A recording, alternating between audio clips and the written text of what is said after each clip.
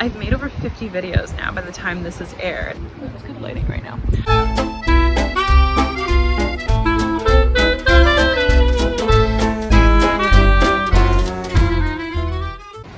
Hey you guys, welcome back to my channel. If you're new here, my name is Jessica and I created Dolled Up by Jay. So I am coming to you from the Maldives and this fabulous water villa. It is completely stunning and I'm floored to even be here.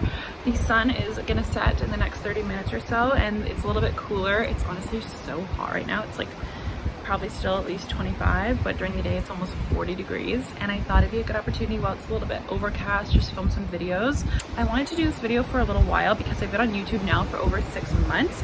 And I always love people's stories about, you know, like how they grew their channel, what it's really like to have a YouTube channel for 6 months, and just share like my perspective and some of like things that I've done I think well, some mistakes I've made, some learning that I've done if you're thinking about starting your own YouTube channel.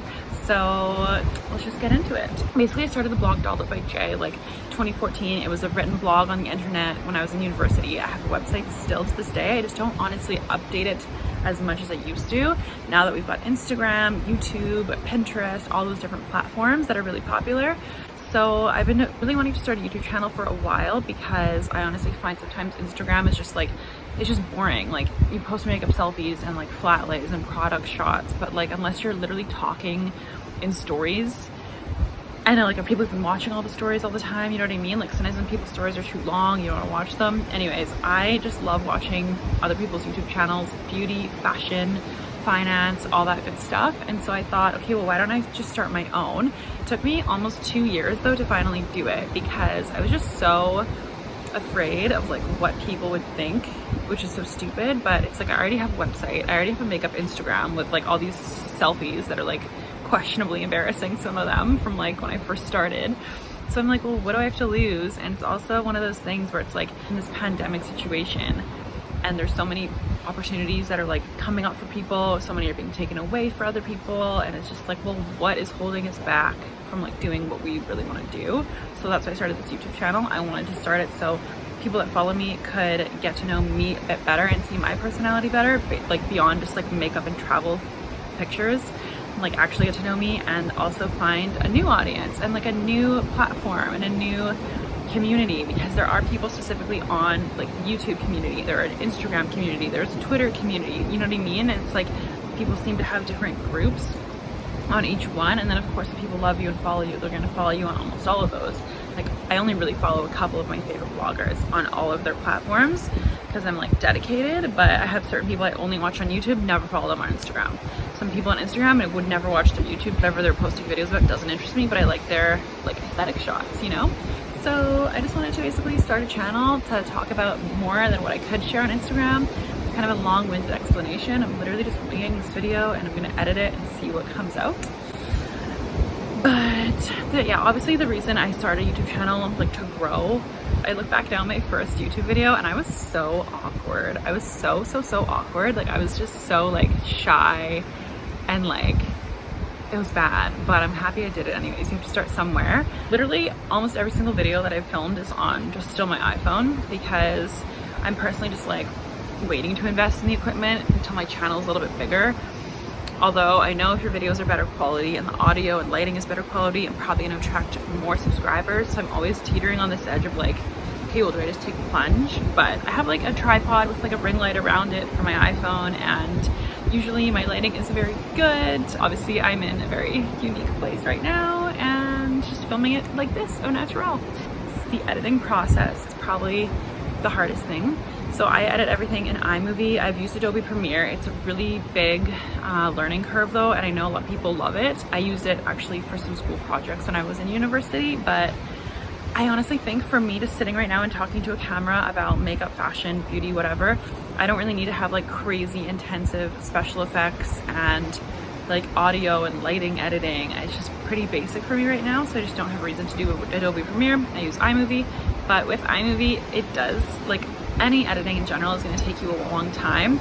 So like don't get discouraged by that if you do want to have your own videos. But for me, definitely like there's some times where I just procrastinate because I've just filmed like a 35-minute video and I know I need to like get it down. Editing can take a really long time. Some videos I can edit in like an hour and a half, 2 hours. Some videos have literally taken like 5 hours to edit. Usually videos when I'm just talking about like a certain topic or a discussion topic and I'm trying to be careful with my words, I'll go back and like listen to certain segments over and over and over and over and see if it flows. I know obviously some subscribers are gonna love watching videos that are longer. I like watching longer videos and like literally putting on someone's 45-minute vlog about their life while I'm like cleaning my house and doing my stuff. But also for the day-to-day, like I do really like those like 15-20 minute videos. They're less of a commitment than those long ones. So I do try and film my videos like a little bit shorter.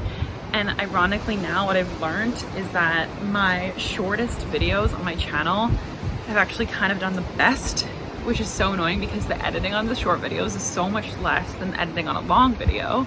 But I know long videos are fun to watch and are enjoyable for a lot of people. And sometimes a video just like you can't get everything across in like 7 minutes, you know, especially if it's like a makeup look or like a haul. Sometimes it does take a little bit longer. So that's one thing I've learned though, is that people are definitely more attracted to shorter videos, but the longer videos are also for your subscribers, like the people that actually click subscribe and want to come back to your channel again and again. They're going to be there for those longer videos and the shorter videos. They're not just going to be there for like a quick 7-minute video. They can hopefully scroll through and get all the points and then like fuck off, you know? And as well, being a clear speaker is definitely a skill that I now appreciate. Like when I first started, I would say like 50 times. My grandma literally was like, okay, your YouTube videos are decent, but stop saying you're ruining yourself with this and I was like, oh my god. And I heard my first video, I'll link it below if you're interested. I say so much, and now I'm just like, I cringe, and it takes so much editing time as well to like get those little words out, because when I look at other people's videos now and their speech doesn't flow and they say and like a ton of times, it does now bother me, whereas before I'd be kind of like, oh whatever. But now that I notice it as something in myself, I try not to do it. Also, just not looking at yourself in like the camera the whole time. Sometimes it's hard, just like looking at the camera, because like I'm talking to you, I'm not talking to like myself in a mirror, you know what I mean? And I've seen that in people's videos where like they're talking as if they're just looking in the mirror the whole time and like adjusting their hair, and I'm guilty of it too. But yeah, it's just like being present, speaking clearly, eye contact with the video are super important things that I didn't realize until I started on my whole channel. Growth. Okay, so my Instagram has quite a lot of followers. Well, I'm still like a micro influencer. It's got about 10,000 plus followers on it, but I have had that account, I want to say, been growing it for the last like 2.5, 3 years or so. And I honestly thought that I was gonna get like easily a couple thousand subscribers like so quick, and I was gonna monetize in no time. Just to monetize your YouTube channel, by the way, you need 1,000 subscribers and then you need 4,000 hours watched on your channel. So it's like they kind of do that so that you can't just, I guess, fast track it and do like, you know, get a bunch of fake subscribers and suddenly you can run ads on your channel. They want you to have a legit base of content that people have wanted to watch, and there's a history of that. So that's one thing. But anyways, I thought I was gonna have so many more people so much faster than I have. And like for me, sometimes the amount of videos I've made over 50 videos now by the time this is aired. And it's crazy because like there's some people's channels that have 50 videos, but then they have 200,000 subscribers. But then usually they're like a personality or someone famous from something else, and that's like, you know, or they've just been really good at making viral content and have like a legitimate, consistent thing that they're doing that has people come back to them. So that's one thing for me. I honestly thought that after 6 months, I'd be like at least over 500 subscribers, you know, and I'm literally just like probably by the time this airs, I'll be like just past 300. And I'm like, shit, I need 700 more to hit the ultimate monetization. Even though once you monetize, it's not even that much money. It's just knowing that like I've hit that threshold. I'm just really like, you know. But that leads me to my next thing, is making content for yourself versus making content for subscribers are two different things sometimes. For example, there's a lot of videos that I put out that I was personally really interested in and thought people would receive them well, and they totally just completely like flopped, like under 100 views. And I'm like, wow, like I literally put so many hours into editing that video and it just like totally flopped, you know? So that's discouraging sometimes. But then there's videos that I've made that like have like thousands of views and I had no idea and no plan for that to happen. They just got there. Like One thing I've noticed though is the videos on my channel that have done the best are the videos that have a specific searchable term, because YouTube is essentially a search engine. Like when you Google something, a lot of the time YouTube videos come up, like how to water your garden, how to unscrew a jar, anything like that. There's a lot of like video tutorials, and YouTube is a search engine.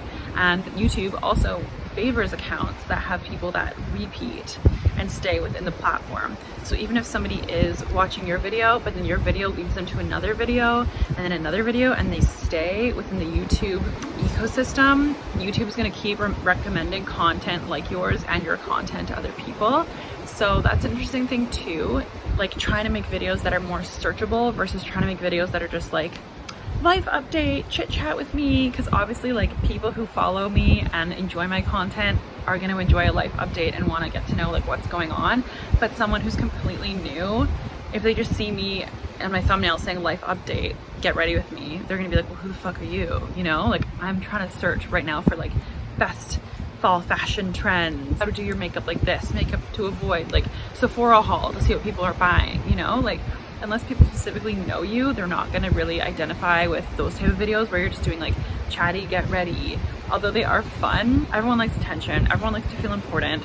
So doing like a get ready video, life update, and then seeing people watch it and seeing your watch hours go up is flattering, because you're like, okay, well, people are interested in this, you know what I mean? But I'm still kind of small. I've been doing a little bit less of those videos and trying to do more content that's actually interesting to people that might not normally click on my channel, and then kind of hope that they'll like my content and stay on, and then kind of grow it that way. There's different videos you can make. There's videos that are meant to get views, like that are like a very searchable term, and then there are the videos for the subscribers that are like, okay, you guys already hit subscribe, you're interested in my life, you like my content, you like my personality.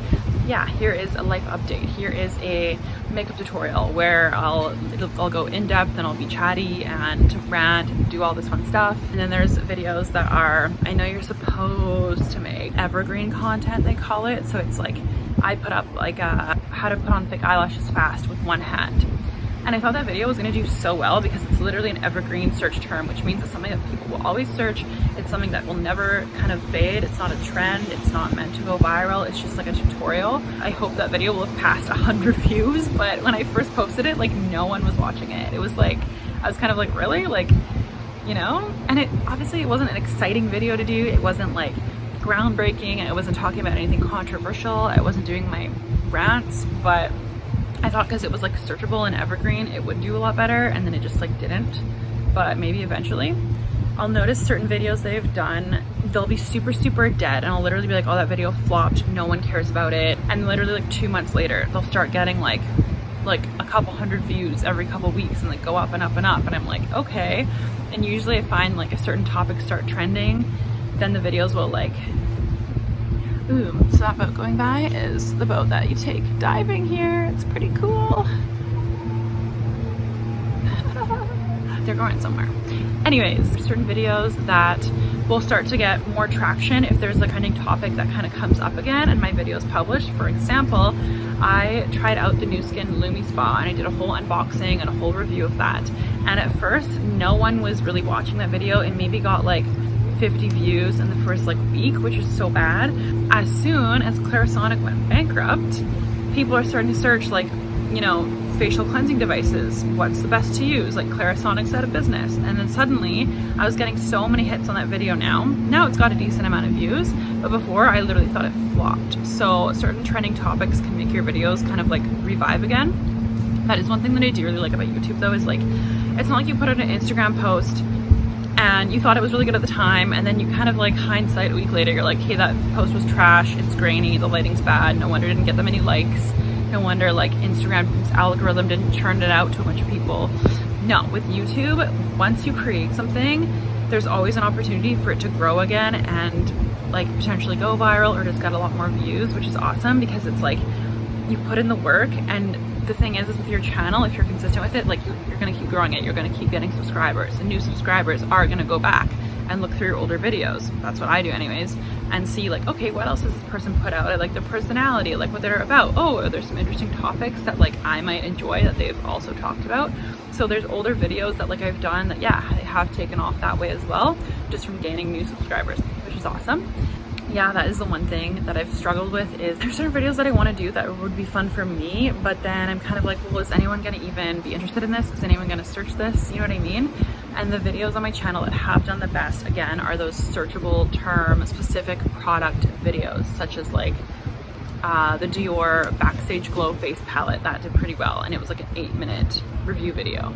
But I don't want this channel just to be like review of this product, review of that beauty product, review of that beauty product, review of that. Like, I'm not passionate about just sitting and being like, this concealer lasted this long, you know? Like, that was one thing that I loved Tati's channel for, but I like this channel to be, we're doing a makeup tutorial, we're doing a haul, we're doing a rant, we're talking about fashion, we're talking about fucking ugly fashion, we're talking about something controversial. I just personally really enjoy the videos where I'm like engaging, you know? So I'm struggling with that. This channel hasn't disappointed me in a sense. I thought I would have it grow a lot quicker, but I haven't really been putting any money towards like Facebook ads and stuff like that. I have done some in the beginning, and I have done some on a recent video, but my recent video, it was almost $1 per extra view that I generated, and I didn't get that many extra views. And I was just like, hey, that's not worth it at all. That's super high, like cost per click or whatever they call it. So that was not worth it at all.